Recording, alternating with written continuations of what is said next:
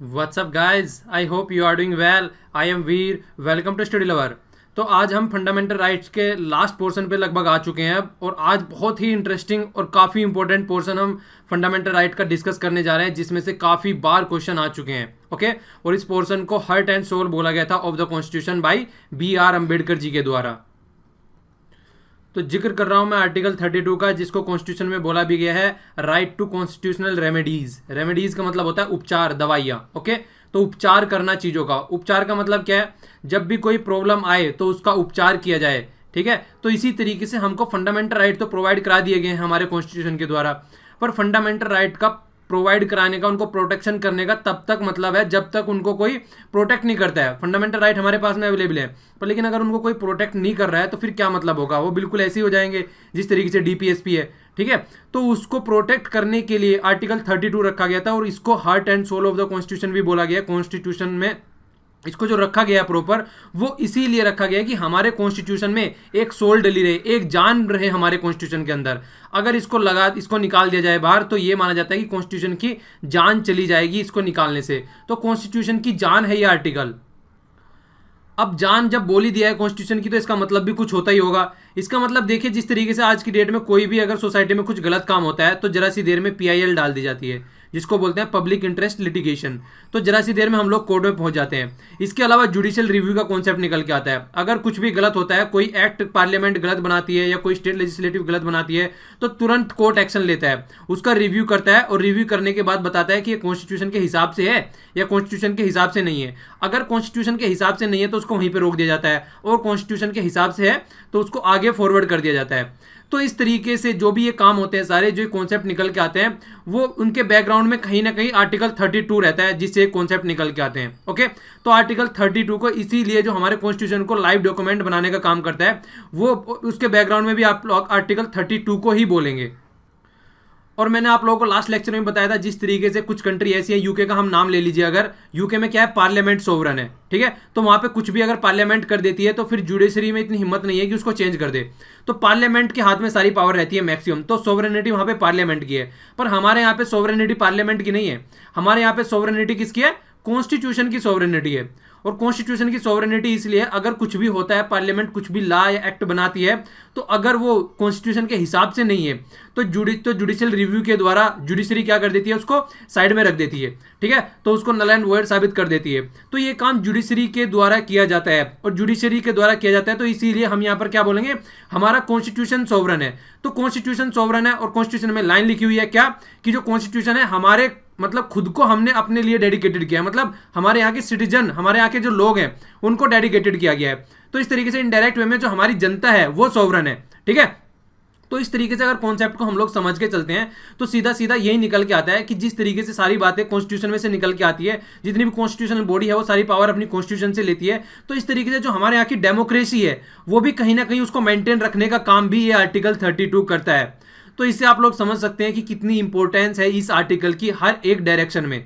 तो ये आर्टिकल इसीलिए इसको कुछ सोच समझकर ही हार्ट एंड सोल इसका कॉन्स्टिट्यूशन का बोला गया है अंबेडकर जी के द्वारा।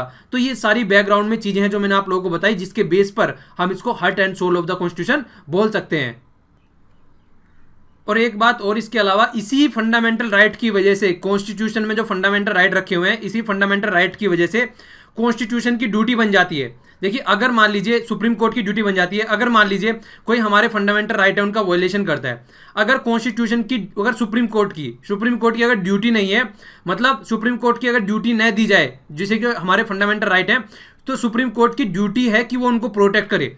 तो इसीलिए protector of the fundamental right भी आप किसको बोलेंगे? सुप्रीम कोर्ट को बोलेंगे। Supreme Court protector of the fundamental right और कस्टोडियन ऑफ द कॉन्स्टिट्यूशन, तो दोनों का जब नाम आता है तो वो काम कौन करता है? वो काम करता है हमारे यहाँ पे सुप्रीम कोर्ट। तो इसलिए सुप्रीम कोर्ट के ऊपर ये बाइंडिंग पावर है। और यहाँ पे थोड़ा कंफ्यूजन नहीं रखना है माइंड में, इस तरीके की बाइंडिंग पावर हाई कोर्ट के ऊपर नहीं है, सुप्रीम कोर्ट के ऊपर बाइंडिंग पावर है ओनली। सुप्रीम कोर्ट बाइंड कर सकता है कि अगर कोई भी इस तरीके की एक्टिविटी कर रहा है जिससे फंडामेंटल राइट का हनन होता है, तो हम सुप्रीम कोर्ट में जाएंगे, तो सुप्रीम कोर्ट ही उसको अलाउ करेगा। ऐसा नहीं है कि हाई कोर्ट के ऊपर ड्यूटी है कि हाई कोर्ट को भी काम करना है, हाई कोर्ट की मर्जी है। ठीक है, हाई कोर्ट पे बाइंडिंग नहीं है वो चीजें। तो कॉन्स्टिट्यूशन ने बाइंड किया कि इसको सुप्रीम कोर्ट को, डायरेक्ट सुप्रीम कोर्ट में जा सकते हैं हम लोग। ठीक है, तो ये इस तरीके की अगर एक्टिविटी आती है तो सबसे पहले आप लोगों को ये याद रखना है, सुप्रीम कोर्ट ही प्रोटेक्टर है हमारे किसका? फंडामेंटल राइट का। और कस्टोडियन है किसका? कॉन्स्टिट्यूशन का। तो दोनों में डिफरेंस आप लोगों को समझना है। तो आगे देखिए, यहाँ पर वही बात है जो मैंने आप लोगों को अभी बताया। बी आर अम्बेडकर जी ने इसको बोला है हार्ट एंड सोल, बोला था फंडामेंटल राइट, जो इसको फंडामेंटल राइट का जो ये फंडामेंटल राइट है 32 फंडामेंटल राइट के ही अंदर आता है ये, ठीक है ना। तो कई बार इसको ये भी बोल दिया जाता है कि fundamental right of the fundamental, मतलब फंडामेंटल से भी ज्यादा फंडामेंटल यही सबको फंडामेंटल राइट प्रोवाइड कराता है। तो सबसे ज्यादा इंपॉर्टेंट इसको इसलिए बोला गया है। और सबसे बड़ी बात भी है, इस आर्टिकल को बेसिक स्ट्रक्चर के अंदर भी रखा गया है। बेसिक स्ट्रक्चर का कॉन्सेप्ट किससे निकल के आया था, किस केस के तहत निकल के आया था, काफी अच्छे से पढ़ा चुका हूं मैं आप लोगों को। ये जब प्रीएम्बल वाला चैप्टर हम लोग देख रहे थे, तो बेसिक स्ट्रक्चर का जब कॉन्सेप्ट निकल के आया केशवानंद भारतीय केस से, जो कि 1973 में था, तो उसके तहत आर्टिकल 32 को बेसिक स्ट्रक्चर के तहत रखा गया है, जिससे कि इसको कल से कोई चेंज ना कर दे आगे चल के, इसकी जो पावर है वो कम ना कर दे, क्योंकि इसकी पावर अगर खत्म हो जाएगी तो कहीं ना कहीं हमारे कॉन्स्टिट्यूशन की पावर खत्म हो जाएगी। तो इसीलिए अगर इसको कोई चेंज करना चाहेगा तो वो कॉन्स्टिट्यूशन की बेसिक स्ट्रक्चर को चेंज करेगा। और बेसिक स्ट्रक्चर को चेंज करने का कॉन्सेप्ट हम लोगों ने बोला कि कोई भी बेसिक स्ट्रक्चर चेंज नहीं कर सकता है, भले ही कुछ भी कॉन्स्टिट्यूशन में चेंज कर दे। ये वाला मैं काफी अच्छे से पूरा लेक्चर ले चुका हूं इससे रिलेटेड। तो इतना आप लोगों के माइंड में क्लियरिटी रहनी चाहिए। कोई भी चीज रटनी नहीं है, ये मैंने आप लोगों को पहले भी बोला था। अगर चीजों को समझ के चलेंगे और कनेक्ट करके चलेंगे तो कुछ भी यहां पर टफ नहीं है। टफ चीजें वो लगेंगी आप लोगों को जो आप रटने की कोशिश करेंगे। तो समझने की कोशिश कीजिए, इसीलिए मैं आप लोगों को इतना बैकग्राउंड देता हूं, जिससे कि आप लोगों का एक कनेक्टिविटी अच्छी बने और आपके बैकग्राउंड में माइंड जो एक क्लियरिटी बनी रहे चीजों को लेकर कि एक्चुअल में ये है क्यों और रखा क्यों गया है। तो वो सारी चीजें मैं इसीलिए बताता हूं ताकि एक क्लियरिटी बन के चली रहे, ठीक है। तो क्लियरिटी रखनी है माइंड में आप लोगों को इससे रिलेटेड। तो 4 प्रोविजन यहाँ पर अभी रखे गए हैं। इस वाले स्लाइड में हम लोग देखेंगे 4 प्रोविजन है इससे रिलेटेड, वो क्या क्या है। देखिए हमारे पास में right to move Supreme Court है, डायरेक्ट यहाँ पर सुप्रीम कोर्ट जा सकते हैं, सबसे बड़ी बात ये है यहाँ पे, ठीक है। Right to move Supreme Court है, इनको इन्फोर्स करने के लिए अगर इनका हनन है तो। इसके अलावा यहाँ पर 5 ये टर्म दे रखी है, ये काफी इंपॉर्टेंट है, ये कई बार यूज होती है, कई बार क्वेश्चन आते हैं इनसे, तो ये टर्म आप लोगों को याद रखनी है। पहला है हैबिस कॉर्पस, ठीक है, रिट्स बोला जाता है इनको आर्टिकल 32 के अंदर। तो हैबिस कॉर्पस है। फिर दूसरे नंबर पे है मंडामुस, ठीक है, मांडनमुस। तीसरे नंबर पे है प्रोबेशन, फिर है सरसरेरी, इसके बाद है क्यूरेंटो। तो ये 5 टोटल है यहाँ पर मिला के। इन 5 का यूज किया जाता है फंडामेंटल राइट को प्रोटेक्ट करने के लिए। किस तरीके से यूज किया जाता है और कहाँ कहाँ किसकी सिचुएशन में कौन सी यूज होती है, हम एक एक करके आगे अब सबको एक एक करके देखेंगे, ओके। इसके अलावा क्या है, पार्लियामेंट देखिए इंपावर कर सकती है, ये आप लोगों को याद रखना है, काफी इंपॉर्टेंट फैक्ट है ये। पार्लियामेंट को पावर दे रखी है, ना कि यहाँ पर कोर्ट को पावर दे रखी है। Parliament can empower any other court, कोई भी अदर कोर्ट को भी। देखिए हाई कोर्ट के पास में पावर है, सुप्रीम कोर्ट के पास में पावर है, पर इसके अलावा किसी अदर कोर्ट को भी पार्लियामेंट इंपावर कर सकती है कि अगर इस तरीके की रिट्स है तो ये रिट्स जारी की जाए, जिनको रिट्स बोलते हैं, कि ये रिट्स जारी की जाए जिससे कि फंडामेंटल राइट को प्रोटेक्ट किया जाए, ओके, किसी भी कोर्ट को, ठीक है। बिकॉज देखिए हाई कोर्ट को तो अगर 226 में देखा जाए हाई कोर्ट के लिए ही है, 32 में देखा जाए तो सुप्रीम कोर्ट के लिए है। तो इसके अलावा, ठीक है, तो इसके अलावा दूसरों को कर सकती है। तो ये पावर किसके पास में, पार्लियामेंट के पास में है। तो आप लोगों को ये याद रखना है, कॉन्स्टिट्यूशन में ये बात लिखी गई है कि पार्लियामेंट को ये पावर दी गई है, ना कि सुप्रीम कोर्ट को पावर दी है कि दूसरे कोर्ट को भी ये पावर दे सके, ओके। इसके अलावा आगे क्या बोला गया है कि जो सुप्रीम कोर्ट हमारा मूव करने का जो राइट हमको दे रखा है, वो नॉर्मल तरीके से सस्पेंड नहीं किया जा सकता है। सस्पेंड किया जा सकता है पर लेकिन नॉर्मल तरीके से नहीं, ये उसी तरीके से सस्पेंड किया जा सकता है जिस तरीके से कॉन्स्टिट्यूशन में रखा हुआ है, जिस तरीके से कॉन्स्टिट्यूशन में लिख रखा है कि अगर इसको फंडामेंटल राइट को आप लोगों को मतलब खारिज करना है या किसी तरीके से सस्पेंड करना है, तो वो कब किया जाएगा, वो तब किया जाएगा जब हमारे प्रेसिडेंट सस्पेंड करना चाहे। और आर्टिकल 359 के अंदर ये बातें लिखी हुई है। तो ये हमारे प्रेसिडेंट को पावर दे रखी है ड्यूरिंग इमरजेंसी, नेशनल इमरजेंसी जब लगती है तो उस ड्यूरेशन में कि काम कर सकता है कौन, हमारा प्रेसिडेंट काम कर सकता है, ठीक है, कि कोर्ट में किसी को मूव न किया जाए। क्योंकि देखिए उस टाइम पे सिचुएशन ऐसी बनी रहती है कि चीज़ों को प्रोटेक्ट करना पड़ता है, लॉ एंड ऑर्डर की सिचुएशन बनानी पड़ती है। तो पर ये काम तभी हो सकता है कॉन्स्टिट्यूशन के हिसाब से अगर चला जाए, तो ऐसा नहीं है कि आर्बिट्रेरी रूप से कोई भी जाकर कुछ भी चेंज कर देगा वहां पर। तो प्रॉपर हैंडल किया जाता है सुप्रीम कोर्ट के, प्रॉपर हैंडल किया जाएगा कॉन्स्टिट्यूशन के हिसाब से कि कोर्ट में जाना है या नहीं जाना है अगर फंडामेंटल राइट का हनन हो रहा है तो।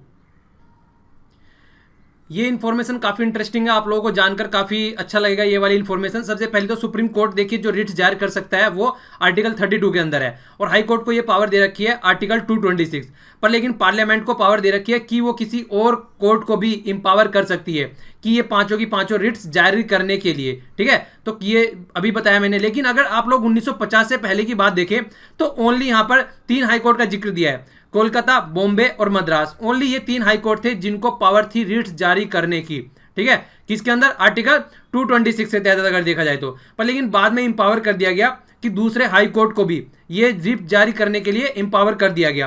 तो ये आप लोगों को यहां पर याद रखना है, ठीक है। इसके अलावा ये भी आप लोग याद रख सकते हैं, जो रिट्स हैं वो बोरो कहां से की गई है, वो की गई है इंग्लैंड के जो इंग्लिश लॉ है उससे बोरो की गई है, ठीक है। तो वहां पर भी विशेषाधिकारी उनको बोला जाता है, वहां पर भी ये रिट्स है उस तरीके से, ठीक है। तो वहां से ये ली गई हैं, हमारी कंट्री में इंप्लीमेंट की गई हैं। तो जो बेसिक कॉन्सेप्ट निकल के आया वो वहां से निकल के आया है। ऐसा नहीं है कि हमने कहीं से कहीं से जादू का पिटारा खुला और वहां से उठा के अपनी ये रेट्स रख दी। हमने कुछ ना कुछ प्रोविजन हर एक कंट्री से ले रखा है। तो हर एक कंट्री से वो प्रोविजन ले रखे हैं जो हमारे यहाँ पर जो हमारी पॉपुलेशन है उनके हिसाब से अगर अच्छा है तो ओके। वहां पर ये रेट्स जिस टाइम पर थी फंडामेंटल राइट इंप्लीमेंट करने के लिए, ये वहां पर राजा को दे रखी थी उस टाइम पे, ठीक है। राजा था जिस टाइम पे डिस्क्राइब किया जाता था उसको कि जस्टिस अगर कोई भी है, किसी को कोई भी प्रॉब्लम होती थी तो वो राजा के पास जाता था और राजा जस्टिस करता था, ठीक है। तो उस टाइम पे इसको फाउंटेन ऑफ द जस्टिस बोला जा रहा है, यहाँ पर डिस्क्राइब किया गया है ऐसे जैसे फव्वारा होता है। तो उस तरीके से यहां पे ये पिक्चर भी आप लोग देख सकते हैं। तो फाउंटेन की तरीके से मतलब कोई भी अगर इसके नीचे आएगा, इसके इर्द गिर्द एरिया में आएगा तो उसको जस्टिस मिलेगा। मतलब राजा के अंदर, राजा को फाउंटेन की तरीके से डिफाइन किया गया यहाँ पे। बाद में क्या हुआ, बाद में ये पावर जो है वहां पर इंग्लैंड में दूसरों का भी मतलब कोर्ट को भी इसको ट्रांसफर कर दिया गया कि कोर्ट भी इस तरीके से रिट्स जारी कर सकता है, ओके। तो लिबर्टी दे दी गई पीपल्स को कि वो कोर्ट में भी जा सकते हैं। तो ये बाद में बढ़ा दी गई वहां पे। तो हमने वहां से ये रिट्स ली हैं जिसको आज की डेट में हम अपनी कंट्री में यूज करते हैं। तो वहां से ये कॉन्सेप्ट निकल के आया। तो थोड़ा सा आप लोगों को इसके बारे में पता होना चाहिए। अब ये दो काफी इंटरेस्टिंग और इंपॉर्टेंट फैक्ट है यहाँ पर, दो इंटरेस्टिंग फैक्ट किससे रिलेटेड, रिट से रिलेटेड। दो देखिए आप, एक साइड में तो हो गया सुप्रीम कोर्ट, ठीक है, दूसरी साइड में हो गया हाई कोर्ट। तो यहाँ पे जो फैक्चुअल इंफॉर्मेशन दे रखी है, यहाँ पे क्या क्या बातें लिख रखी है। एक साइड में देखिए सुप्रीम कोर्ट हो गया। सुप्रीम कोर्ट की पावर कुछ एरिया में लिमिटेड है as compare to high court. जी हाँ, फिर से बोल रहा हूं, सुप्रीम कोर्ट की पावर कुछ कम है एज कंपेयर टू इंप्लीमेंटेशन। अगर इस तरीके की एक्टिविटी कुछ होती है तो देखिए इसको एक minute. Supreme court can issue only enforce the fundamental right को, तो रिट्स इशू कर सकता है ओनली फंडामेंटल राइट को इन्फोर्स करने के लिए। पर लेकिन हाई कोर्ट की पावर यहां पर ज्यादा है। फंडामेंटल राइट को तो कर ही कर सकता है, इसके अलावा अदर पर्पस जो दूसरे राइट्स हैं, जिस तरीके से ऑर्डिनरी राइट हो, ऑर्डिनरी लॉ हो गए, उनको भी लीगल इंप्लीमेंटेशन के लिए हाई कोर्ट के पास में पावर है। ये सुप्रीम कोर्ट के पास में नहीं है, हाई कोर्ट के पास में है। इसके अलावा अगर आगे देखा जाए, सुप्रीम कोर्ट की power narrow than the High Court, तो ये बात यहां पे निकल के आती है, ठीक है। हाई कोर्ट की ज्यादा है अगर रिट से रिलेटेड देखा जाए। पर लेकिन अगर दूसरे एरिया में देखा जाए, सुप्रीम कोर्ट की पावर जो है एक कंपेयर में अगर टेरिटरी ऑफ इंडिया के पॉइंट ऑफ व्यू से देखा जाए तो सुप्रीम कोर्ट की पावर पूरी इंडिया, हमारी पूरी कंट्री में इंप्लीमेंट होती है। पर लेकिन अगर हाई कोर्ट की पावर देखी जाए तो जोन से स्टेट का हाई कोर्ट है उसका जुडिक्शन एरिया जो है वो वहां पे इंप्लीमेंट होती है। तो यहां पे पावर किसकी ज्यादा है, टेरिटोरियल पॉइंट ऑफ व्यू से अगर देखा जाए, मतलब एक एरिया के पॉइंट ऑफ व्यू से देखा जाए तो सुप्रीम कोर्ट की ज्यादा पावर है। पर लेकिन अगर दूसरे लॉ के इन्फोर्समेंट के पॉइंट ऑफ व्यू से देखा जाए तो हाई कोर्ट की ज्यादा पावर है। तो टेरिटोरियल के पॉइंट ऑफ व्यू से आता है तो सुप्रीम कोर्ट के पास में ज्यादा पावर है as compare to high Court. पर लेकिन अगर नॉर्मल लॉ इंप्लीमेंट करने के हिसाब से आता है, क्योंकि लॉ एंड ऑर्डर देखिए स्टेट का सब्जेक्ट है, ठीक है, तो स्टेट को इंप्लीमेंट करना होता है वो। तो अगर नॉर्मल लॉ एंड ऑर्डर की बात आती है तो वो पावर हम लोगों ने दे रखी है किसको, हाई कोर्ट को ज्यादा पावर दे रखी है as compare to Supreme Court. तो कई बार ये कंफ्यूजन आ जाता है माइंड में, इसीलिए इसको बार बार मैं बोलता हूं आप लोगों को रिवीजन करते रहना है। अगर आप लोग लेक्चर अच्छे से देख के चल रहे हैं ना तो आपको कहीं पर भी कोई भी डाउट नहीं आएगा, अगर लेक्चरों को फॉलो थ्रू कर रहे हैं अच्छे से। पर लेकिन अगर मन लगा के नहीं देख रहे हैं, ऐसे टाइम पास करने के लिए लेक्चर देखा जा रहा है तो फिर प्रॉब्लम होने वाली है। तो अच्छे से लेक्चर को फॉलो करके चलिए, फिर देखिए कितना एंजॉय आता है। जब आप क्वेश्चन अटेम्प्ट करेंगे तो आराम से कर ले जाएंगे सारे क्वेश्चन। अब फिर यहाँ पे कुछ आप लोगों को कंपेयर देखने को मिलेगा, जिस तरीके से मैंने आप लोगों को बोला था इसको रेमेडी के तौर पे लिया जाता है अंडर आर्टिकल 32 फंडामेंटल राइट के लिए। पर सुप्रीम कोर्ट रिफ्यूज नहीं कर सकता। अगर कोई सुप्रीम कोर्ट के पास में जाता है कि भाई साहब मेरे फंडामेंटल राइट का हनन हो रहा है, तो सुप्रीम कोर्ट ये नहीं कह सकता कि मेरे पास मत आ, किसी और कोर्ट के पास में जा। सुप्रीम कोर्ट को ये पावर नहीं दी है कि वो रिफ्यूज कर दे, वो मना कर दे कि तेरे फंडामेंटल राइट को मैं प्रोटेक्ट नहीं कर सकता। पर लेकिन अगर कोई हाई कोर्ट के पास में जा रहा है तो हाई कोर्ट रिफ्यूज कर सकता है आर्टिकल 26 के अंदर 226। हाई कोर्ट पे बाइंडिंग नहीं है कि वो प्रोटेक्ट करे। तो इसलिए प्रोटेक्टर जो बात की जा रही है यहाँ पर, जो प्रोटेक्शन की बात आती है, तो वो किसको पावर दे रखी है, वो सुप्रीम कोर्ट को दे रखी है, ना कि हाई कोर्ट को दे रखी है। तो हाई कोर्ट पर लेकिन पावर अगर देखा जाए नॉर्मल लॉ इंप्लीमेंट करने वाली पावर जिस तरीके से आती है, तो वो देखा जाए तो वो किसके पास में ज्यादा है, वो हाई कोर्ट के पास में ज्यादा है। पर लेकिन अगर बाइंडिंग पावर है वो सुप्रीम कोर्ट के है, मतलब सुप्रीम कोर्ट को काम करना ही करना पड़ेगा कुछ। अगर हम उसके पास में अपना इशू लेके जाते हैं कि मेरे फंडामेंटल राइट का हनन हो रहा है, भाई साहब इसका कुछ सॉल्यूशन निकालो, तो सुप्रीम कोर्ट को इसका सॉल्यूशन निकालना ही निकालना पड़ेगा। इसीलिए defender and guarantor of the fundamental right supreme Court को बोला गया है, ठीक है। अब हम यहाँ पे देखेंगे एक एक करके जो मैंने आप लोगों को ये रिट्स बताई थी। तो आर्टिकल 32 और आर्टिकल 226 के तहत ये सारी रिट्स हैं। हैबिस कॉर्पस हो गया, मंडामुस हो गया, इसके बाद प्रोबेशन हो गया, सरसरीरी हो गया, यहाँ पर क्यूरेंडो हो गया। तो ये सारी एक एक करके हम लोग देखेंगे। इनसे रिलेटेड कई बार क्वेश्चन आते हैं और इनका मीनिंग क्या है एक्चुअल में, वो भी कई बार मैचिंग करने के लिए आ जाता है कि सारी 4 ऑप्शन दे देंगे आपको और चारों के मीनिंग इनके सामने लिख देंगे और फिर बोलेंगे कि बताइए इनमें से कौन सा किसके साथ में मैच करता है। तो वो भी मैं मीनिंग भी आप लोगों को एक एक बताता हुआ चलूंगा, जिससे कि कोई कंफ्यूजन ही ना रहे आप लोगों के माइंड में। अब फर्स्ट वन हम यहाँ पे डिस्कस करने जा रहे हैं, जिसको हमने बोला है हैबीज कॉर्पस। आप लोगों ने अगर दृश्यम मूवी देखी होगी तो दृश्यम मूवी में इसका जिक्र भी किया गया है अक्षय कुमार के द्वारा एक जगह, जहाँ पर रेस्टोरेंट में बैठा रहता है और वहाँ पर जो ओल्ड जो बूढ़े और बुढ़िया वहाँ पर रहते हैं वो, तो जब उनको बोलता है कि पुलिस वाला हमको परेशान कर रहा है, तो उन्होंने बोला कि सुप्रीम कोर्ट में हमारे यहाँ पर हैबिस कॉर्पस नाम का एक कॉन्सेप्ट है, अगर आप लोगों को कोई परेशान करता है तो आप लोग डायरेक्ट सुप्रीम कोर्ट जा सकते हैं। तो उस तरीके से वहाँ पर समझाया जाता है अजय देवगन के द्वारा उन लोगों को। ओके, ये गलती से अक्षय कुमार निकल गया, अजय देवगन है उस मूवी में, ठीक है, याद रखना। तो अजय देवगन के द्वारा वहां पे डायलॉग दिया जाता है, ये बोला जाता है कि हैबिस कॉर्पस के थ्रू आप लोग कोर्ट में जा सकते हैं और आप लोगों को प्रोटेक्ट किया जाएगा। तो इसका मीनिंग क्या है, टू हैव ए बॉडी, तो हमारी बॉडी को हम प्रोटेक्ट कर सकते हैं, ठीक है। अगर कोई भी अनलॉफुल एक्टिविटी हो रही है हमारे साथ में तो ये बात यहाँ पर लिखी गई है। तो इस तरीके की जो टर्म्स होती है, मीनिंग क्या है उसका, इस तरीके की जो मीनिंग दे रखा है यहाँ पर, ये भी डायरेक्ट मैचिंग करने के लिए आ जाता है। ओके, तो यहाँ पर आप लोगों को याद रखना है। तो बोला क्या जा रहा है कि देखिए, अगर किसी को डिटेन किया जाता है इस तरीके के द्वारा, एक पर्सन के द्वारा किसी अदर पर्सन को, तो बाद वाला क्या जा सकता है, कोर्ट में जा सकता है अपने जो भी उसके ग्रीवेंसीज हैं उनको लेके कि मेरे उसका सोल्यूशन निकाला जाए, ठीक है। कोर्ट क्या करेगा, फिर कोर्ट देखेगा कि जो इंसान यहाँ पर आया है वो सही है या गलत है, या फिर ऐसे ही आ गया कोई, तो उसको देखेगा। फिर अगर गलत तरीके से डिटेन किया गया है तो उसको छोड़ दिया जाएगा। तो जो इंडिविजुअल की है लिबर्टी बनाए रखने का कि ये काम करता है, आप लोग ये देख सकते हैं यहाँ पर। और काफी इंपॉर्टेंट है, ये भी कई बार आ जाता है कि किसके तहत ये इशू किया जा सकता है। तो यहाँ पर ये दोनों के तहत इशू किया जा सकता है। ये पब्लिक ऑथोरिटी अगर कोई इस तरीके की एक्टिविटी करती है या फिर कोई इंडिविजुअल किसी को परेशान करता है, तो वहां पर भी ये रिट्स इशू किया जा सकता है। पर लेकिन कहां पर इशू नहीं किया जा सकता है, ये भी देखने वाली बात है। देखिए, अगर किसी को डिटेन किया गया है लॉफुल एक्टिविटी के द्वारा, मतलब अगर प्रॉपर लॉ के थ्रू किसी को डिटेन किया गया है, ऐसे ही फालतू में डिटेन नहीं किया गया है, तो वहां पर ये इंप्लीमेंट नहीं होगी। ओके, किसी ने कोर्ट ऑफ कंटेम्प्ट किया है या फिर लेजिस्लेचर के थ्रू कुछ गलत काम किया है कि दोनों को मतलब फॉलो अप करके नहीं चला है, तो वहां पर भी इसको इशू नहीं किया जाएगा। ये ओनली उस टाइम पर इशू किया जाएगा जब इसको प्रॉपर वे में हैंडल नहीं किया जा रहा है, प्रॉपर वे में इसको लेके नहीं चला जा रहा है। अगर प्रॉपर वे में काम हो रहा है लॉ के थ्रू या फिर कोर्ट ऑफ कंटेम्प्ट किसी ने कर दिया, उस टाइम पे कोई जाकर वहां पर जा रहा है, या फिर कोई किस ऐसी काम कर दिया जो कि मतलब गलत है करना हमारी सोसाइटी के पॉइंट ऑफ व्यू से, तो वहां पर अगर किसी को डिटेन किया जा रहा है तो वहां पर इसको इशू नहीं किया जा सकता है।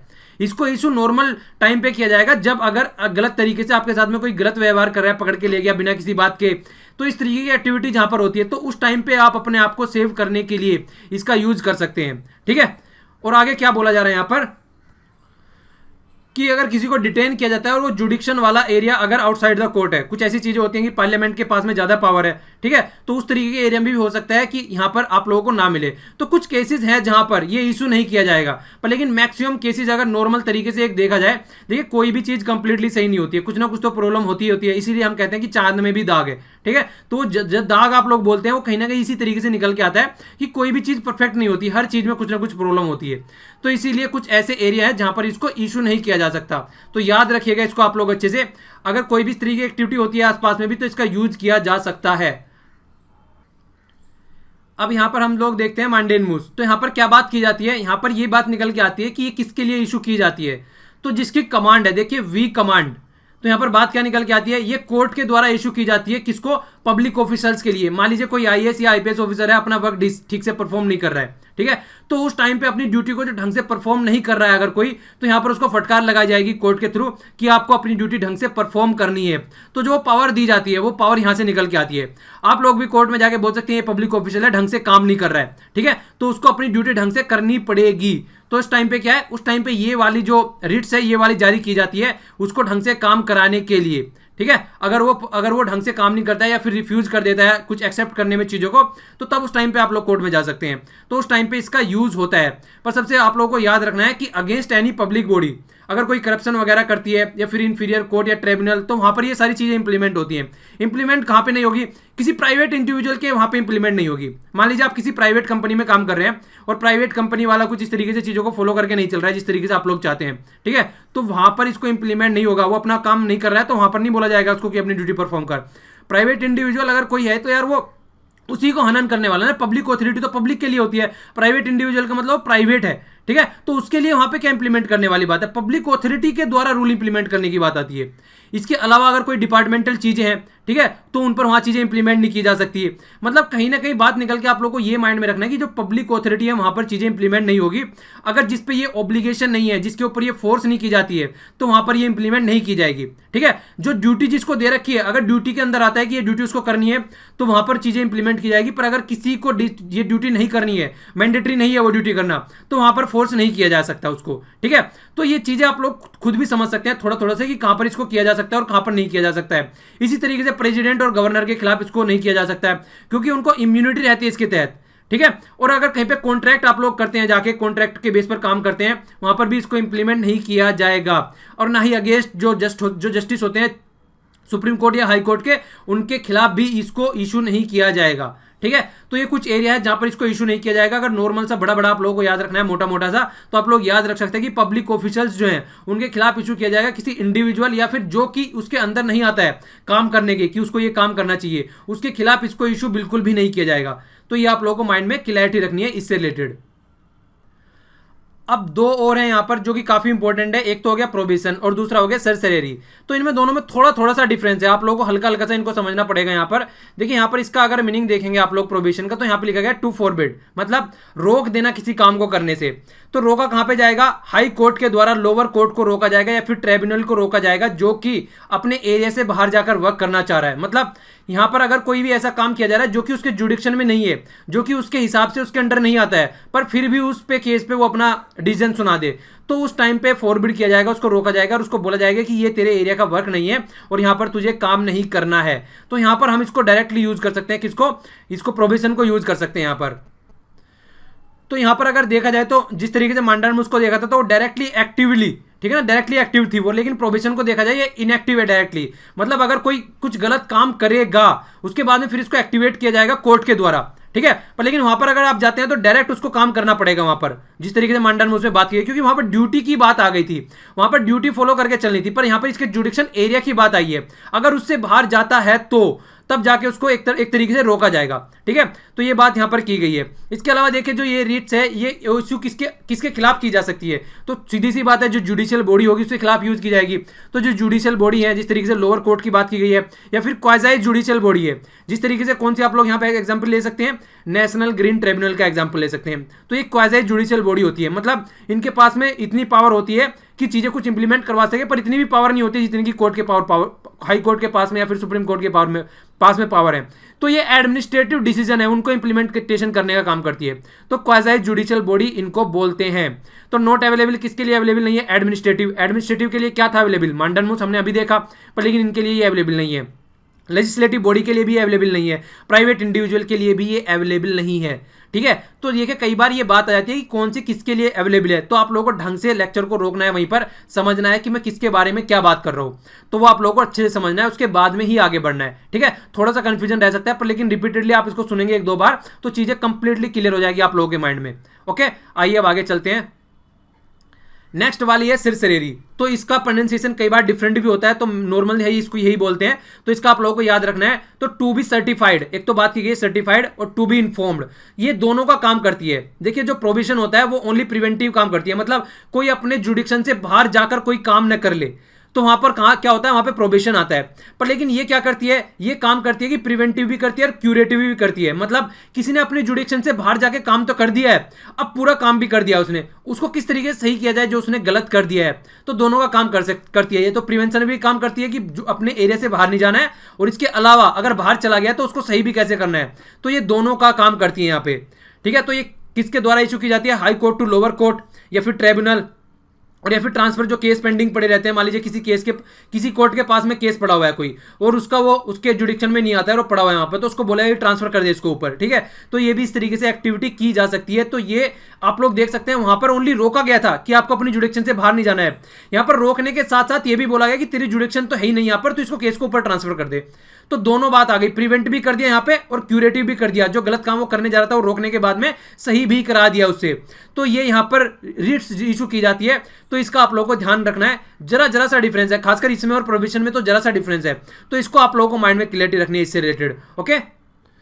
और यहां पर इसका जो एरिया है वो बढ़ा भी दिया गया, इसको ज्यादा पावरफुल बना दिया गया 1991 में। इससे पहले अगर इसको इशू किया जाता था तो वो जुडिशियल क्वाइजाइज जुडिशियल बॉडी के खिलाफ इशू किया जाता था, not against the administrative authority. पर लेकिन अब इसको एडमिनिस्ट्रेटिव ऑथोरिटी के खिलाफ भी यूज किया जाता है। ये आप लोगों को याद रखना है, 1991 से ये रूल आ गया, ठीक है। तो अब ये आप लोगों को याद रखना है कि एडमिनिस्ट्रेटिव, देखिए यहां पर क्या आ गया अब, जुडिशियल, क्वाइजाइज जुडिशियल या एडमिनिस्ट्रेटिव, तो तीनों के खिलाफ इनको यूज किया जा सकता है अगर कोई अपने एरिया के अंदर काम नहीं कर रहा है और काम कुछ ऐसा कर रहा है दूसरे के एरिया में जाकर काम कर रहा है, तो वहां पर उसको रोका भी जाएगा और सही भी किया जाएगा। तो दोनों ही काम यहां पर आते हैं, ओके।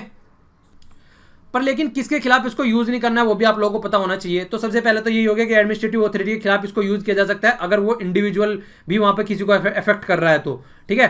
पर लेकिन इशू कहां पर नहीं किया जा सकता है, जिस तरीके से प्रोविजन को भी हम लोगों ने देखा था सेम उसी तरीके से सरसरीरी को भी है, इसको यूज इशू नहीं किया जा सकता है लेजिस्लेटिव बॉडी के खिलाफ या फिर किसी प्राइवेट इंडिविजुअल के खिलाफ। यहाँ इंडिविजुअल ऑथोरिटी की बात कर रही है, ठीक है, अगर वो हनन करता है तो वहां पर लेकिन अगर कोई प्राइवेट इंडिविजुअल कोई वैसे काम करता है तो उसके खिलाफ इसको यूज नहीं किया जा सकता है। मैंने फिर से बोल रहा हूं, थोड़ा सा हल्का सा आप लोगों को कंफ्यूजन लगेगा, पर एक दो बार अगर लेक्चर को सुन लेंगे फिर से रिपीट करके तो माइंड में क्लैरिटी आदमी स्टार्ट हो जाएगी। तो इसलिए दोनों को साथ में लेके चलना है। अब ये देखते हैं क्यों वारंटो यहां पर ये काफी इंपॉर्टेंट है। इसका मतलब क्या है, इसका सीधा सीधा मतलब ये है कि मान लीजिए कोई इंसान किसी एग्जाम का पेपर, किसी भी मतलब एग्जाम देने जा रहा है, कोई भी यूपीएससी का ले लीजिए, एसएससी या बैंकिंग का ले लीजिए, पर लेकिन उसकी एज निकल चुकी है, वो उस एग्जाम देने के लिए क्वालिफाई नहीं है, तो उसकी क्वालिफिकेशन नहीं है या फिर एज निकल चुकी है, फिर भी वो उसका एग्जाम देने जा रहा है और फिर भी वो वहां पर किसी न किसी तरीके से घपले के तहत उस ऑथोरिटी को जो ऑफिस है उसमें चला जाता है, तो ये उससे रोकती है, ठीक है। जिसकी ऑथोरिटी नहीं है आपके पास में, आप उसको न कर पाए, तो उसके लिए इसका यूज किया जाता है उसको रोकने के लिए, ठीक है। तो कोर्ट इंक्वायर कर सकता है अगर कोई लीगल क्लेम, कोई पर्सन है, किसी का ऑफिस किसी ने इस तरीके से इलीगल एक्टिविटी के तहत कोई अपना इस ऑफिस पर आ गया है, तो अगर कोई भी वहां पर जाकर, ये दोनों इशू कर सकते हैं। देखिए एक दो बातें होती हैं यहां पर। एक तो मान लीजिए किसी और को जॉब मिलनी थी और मिल किसी और को गई, ठीक है, जिसकी उसके लिए क्वालिफिकेशन भी नहीं थी, तो दोनों पीड़ित भी वहां पर जा सकते हैं और इंटरेस्टेड पर्सन, तो दोनों वहां पर जा सकते हैं। ऐसा नहीं है कि एक ही इंसान जाएगा, ओके। तो ये बात आप लोगों को यहां पर रखना है याद। तो मतलब ये इस तरीके से यूज होता है अगर जिस तरीके से मैंने बताया कि कोई उसके लिए क्वालिफाइड ही नहीं है उस पोस्ट के लिए, पर फिर भी उस पोस्ट पर बैठा हुआ है। पर लेकिन अगर कोई मिनिस्ट्री की पोस्ट पर कोई बैठ गया तो वहां पर इसको इशू नहीं किया जा सकता, और कोई प्राइवेट ऑफिस पर कोई बैठ गया तो वहां पर इसको इशू नहीं किया जा सकता। प्राइवेट इंडिविजुअल था, कोई भी अपना कंपनी चला लेता है, किसी को बैठा सकता है वहां पर, ऐसा थोड़ी ना वहां उसको जाके बोलेंगे मेरी क्वालिफिकेशन है मुझे ये जॉब दो। ये पब्लिक ऑफिस के लिए है, आप लोगों को ये याद रखना है। गवर्नमेंट ऑफिस में मतलब बात की जा रही है गवर्नमेंट ऑफिस की, पब्लिक ऑफिस की, या फिर जो ऑफिस जो कॉन्स्टिट्यूशन के हिसाब से है, या फिर जो स्टैट्यूट मतलब परमानेंट स्टैट्यूट कॉन्स्टिट्यूशन के हिसाब से है, या किसी लॉ के द्वारा बनाए गए हैं। स्टैट्यूट का मतलब होता है लॉ के द्वारा बनाए गए, पार्लियामेंट के द्वारा, तो या उसके द्वारा या फिर कॉन्स्टिट्यूशन में जो ऑफिस रखे हुए हैं, तो उन ऑफिस की बात की जा रही है। तो वहां पर इसको इशू किया जाता है, जॉब मिलनी थी किसी और को दे दी जिसके क्वालिफिकेशन भी नहीं थी, तो ये उसलिए है। तो वहां पर इसको इशू करके उस इंसान को वहां से हटाया जा सकता है। देखिए कुछ थोड़ा सा हल्का सा कंफ्यूजन आप लोगों को होगा, तो फिर से बोल रहा हूं मैं, फिर से लेक्चर को एक बार रिपीट करके सुन लीजिएगा, समझ में आ जाएगा आराम से। फिर से लेक्चर को रिपीट करके चला लीजिएगा जिससे कि माइंड में क्लैरिटी हो जाए, ठीक है। तो वैसे आराम से सुनेंगे, अगर खुला दिमाग करके सुनेंगे तो सब कुछ समझ में आ जाएगा। तो आज के लिए इतना ही। देखिए अपने आसपास वाटर को सेव कीजिए, ट्री को सेव कीजिए, अपने आसपास सफाई रखिए। Thanks a lot for listening. जय हिंद।